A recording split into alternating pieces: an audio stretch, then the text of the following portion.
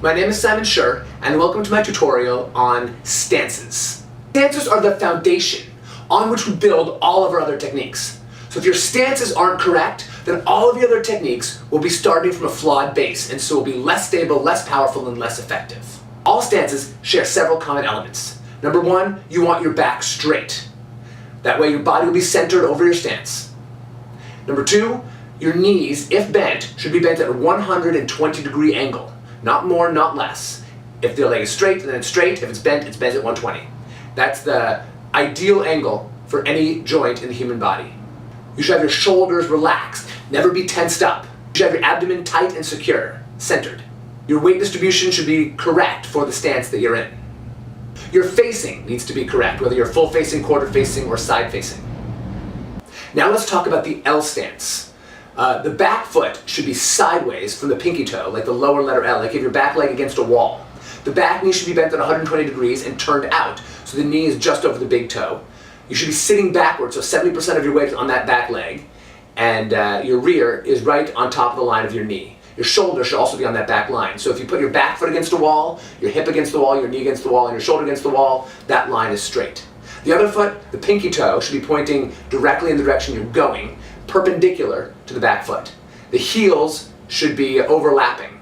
So the front foot should touch the back, the inside of the front foot should touch the back of the back heel and slide forward about 1.5 shoulder width from heel to heel.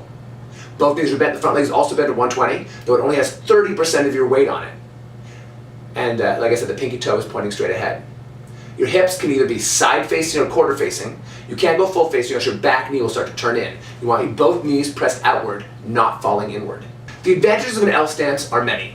It's a very good defensive stance because your body is mostly sideways. You can easily move backwards, forward, side, or to side.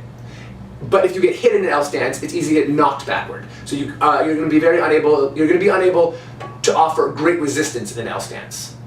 But you can easily avoid a kick, round out, step away, step in, V-step from an L stance. So it's the most versatile of the stances, and the one I like to use most for when I'm sparring.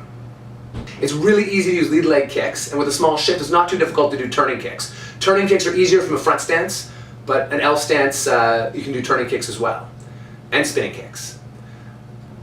You can create great power with your kicks in an L stance, but it's difficult in an L stance to throw good upper body techniques. So in an L stance, you want to shift to a modified front stance or a front stance, or even a horse stance, to throw good, strong upper body techniques. Punches, hook punches, chops, back fists, stuff like that.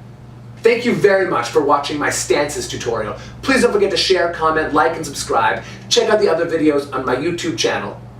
And check out my new blog, themartialartsmanual.com. We'll have lots of similar information to this on the blog site.